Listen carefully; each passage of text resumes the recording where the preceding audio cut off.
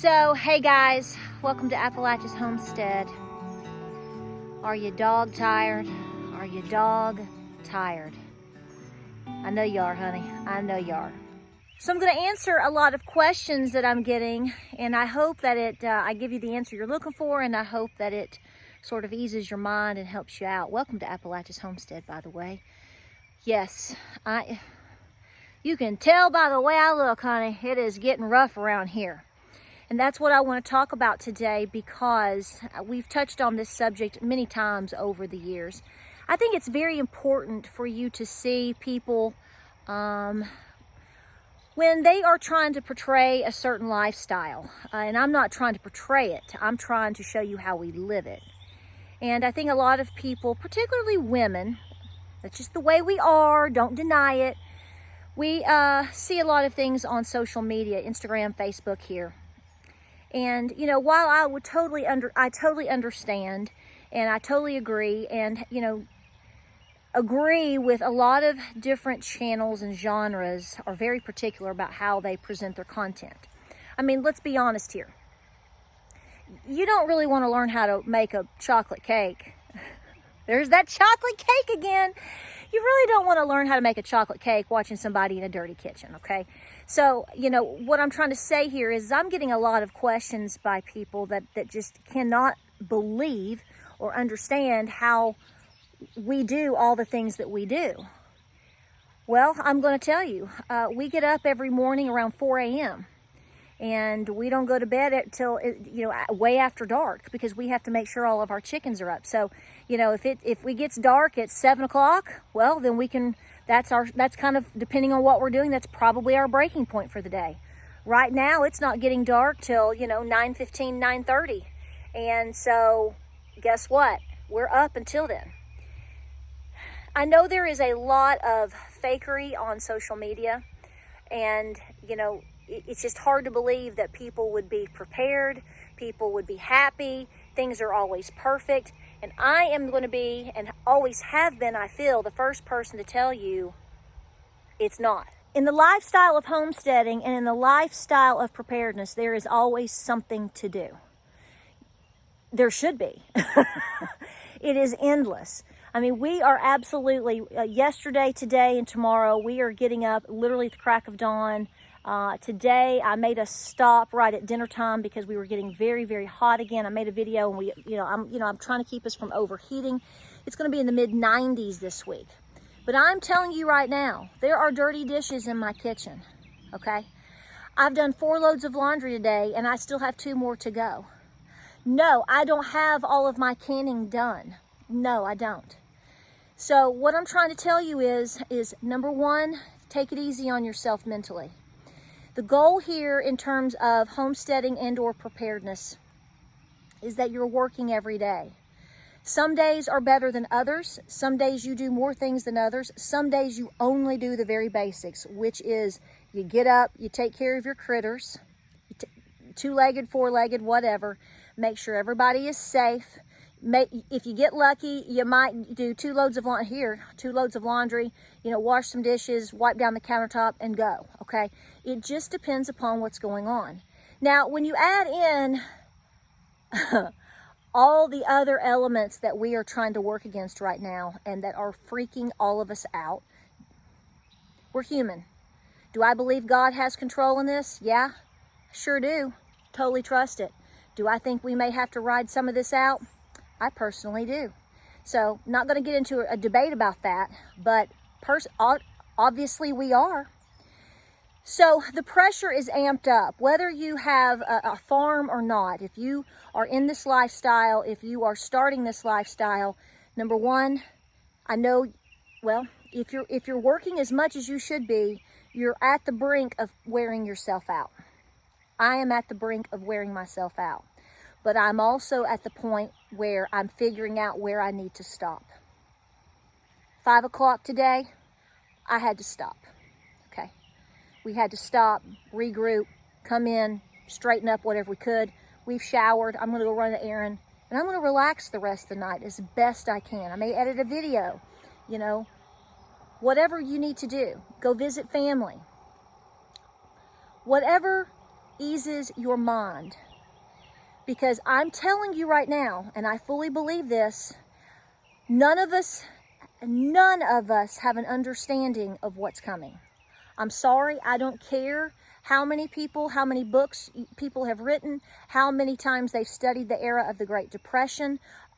It doesn't matter.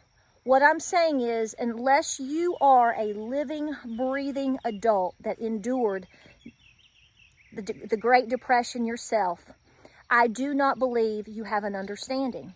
And even with that, there is no way that we should compare 1929 up until the 1930s to what could potentially be hitting us. At what point? Not exactly sure. Depends on how the cards fall. But let's all admit, it ain't looking good. And the thing is, I think my stress level has gone up because not only are we working, we feel like we're working against the clock, but we're seeing people. You look for red flags. You look for red flags. And when I am watching and hearing and seeing and being called by and asked questions by people that, yeah, they kind of knew stuff was going on, you know, but now they are on the hunt for a generator, food supply, self-protection, asking a lot of questions, more so than ever, trying to give me updates, then I know that the masses are feeling what's happening. That is going to amp up the pressure on you. That's going to amp up the fatigue on you.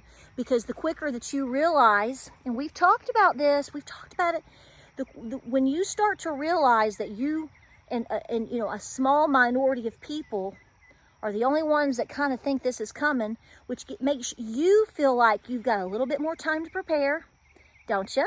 I do. It makes you feel like you have more opportunities to go again to Aldi, go again to Costco, go again to you know, check out that tractor or whatever you feel you need. You feel like it's giving you more time. But it's true.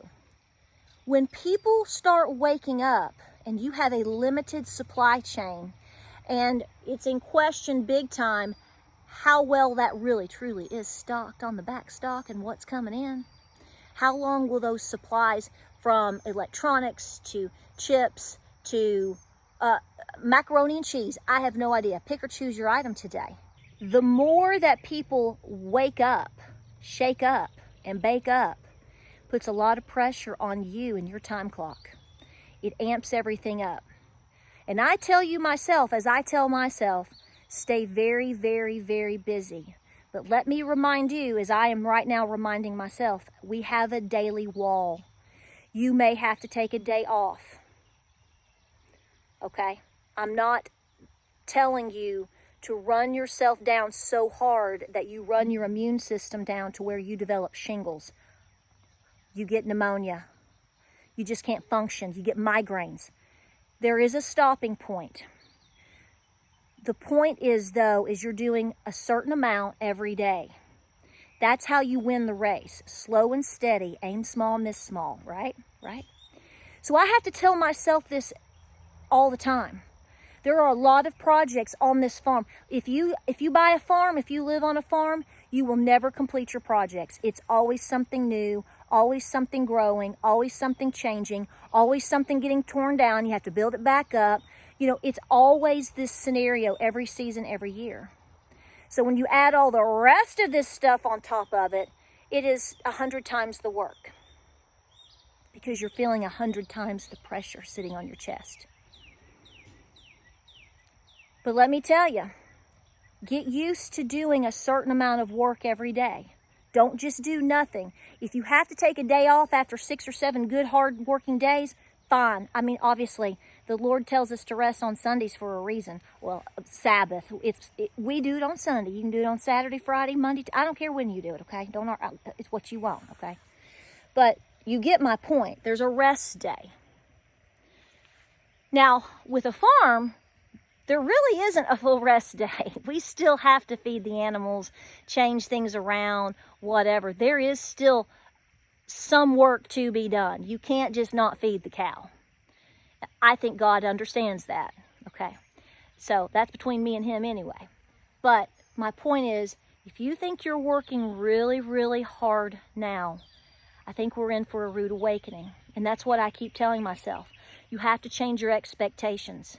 It is okay that I have dirty dishes in the sink. You know why? Because we all ate today, see? Everybody ate. Everybody's happy.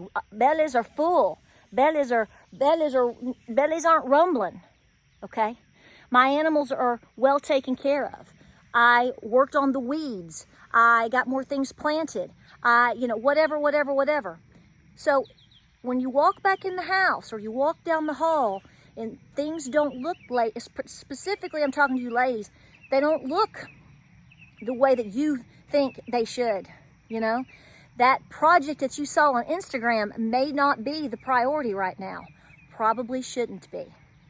You need to be safe. You need to make sure your home is safe. You need to make sure you're well stocked on food, water, medications. No, you didn't go get your hair did. Who cares? How does your pantry look?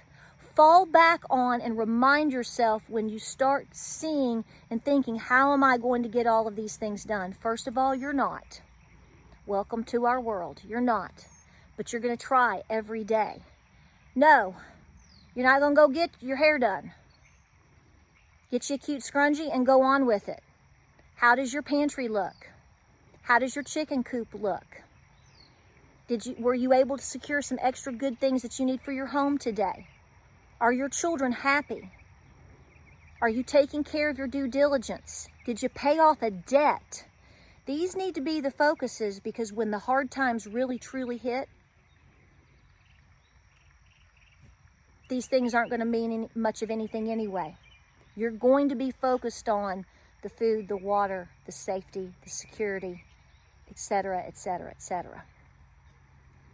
But the workload, I want to stress, is going to be paramount for a lot of people. You're going to be doing things that you've never done before, likely, skill set wise. Start focusing on that. This is a life change for so many people. And I think the stress for a lot of people is that they are somehow still caught in the world of Instagram. And yet the stress of the new fears of the new things coming our way, how will we respond to that? How am I supposed to get all of these things done? See, you're competing still and living in the old world because that's all you know. The Instagram world, I like to call it. It's not going to feed you. But I do want you to reshift and focus and put your time and your focus on where it needs to be. Okay? And do understand the labor is very intense. Can be, depending on what you're doing. Today was very intense. So you have to have a stopping point and accept, I got X amount done today. Remember how we've talked about in other videos, we've talked about write down what you want to do today. We'll do this here in a few minutes. James and I will say, what did we accomplish today? What did we accomplish today? And we will talk about, well, we got up and we did this. We go through a checklist. Sometimes, like I've told you, I like to write things out for like all the things that I want to get accomplished in a couple of days or a weekend or a week. And as I finish them, I mark them off with the highlighter. I mark the items that are marked off with the highlighter. I like to see that because that's a sense of accomplishment. But all the while I'm getting all that stuff done, I assure you there's dishes piled in my sink and there's laundry piled in my floor. And I probably need to dust. And, you know, sure, a curling iron in my hair or something might look cute, but you know what? We're focusing today. But like I said, be watching yourself, be watching your health, get your work in, get your exercise in too if you can. Because it's not just about getting out with labor, it's also about trying to get some cardio in, bringing that stress back down. And at the end of the day, find that stopping point, finish up, and rest.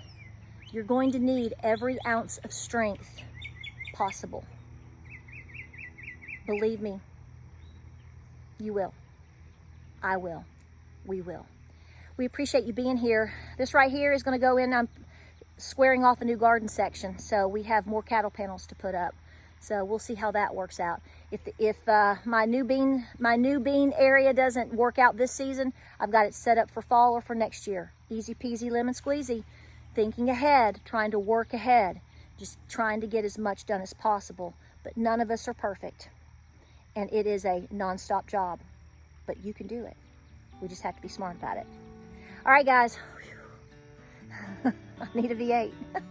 We appreciate you being here. Stay strong out there. Like, subscribe, share this video, you know, comment. I did mention on my last video, depending on how I put these videos up, I am looking to start an email to better communicate with y'all, and because I'm getting so many messages. So an email probably is the way to go at this point, and you can tell me what's waking, shaking, and baking in your area.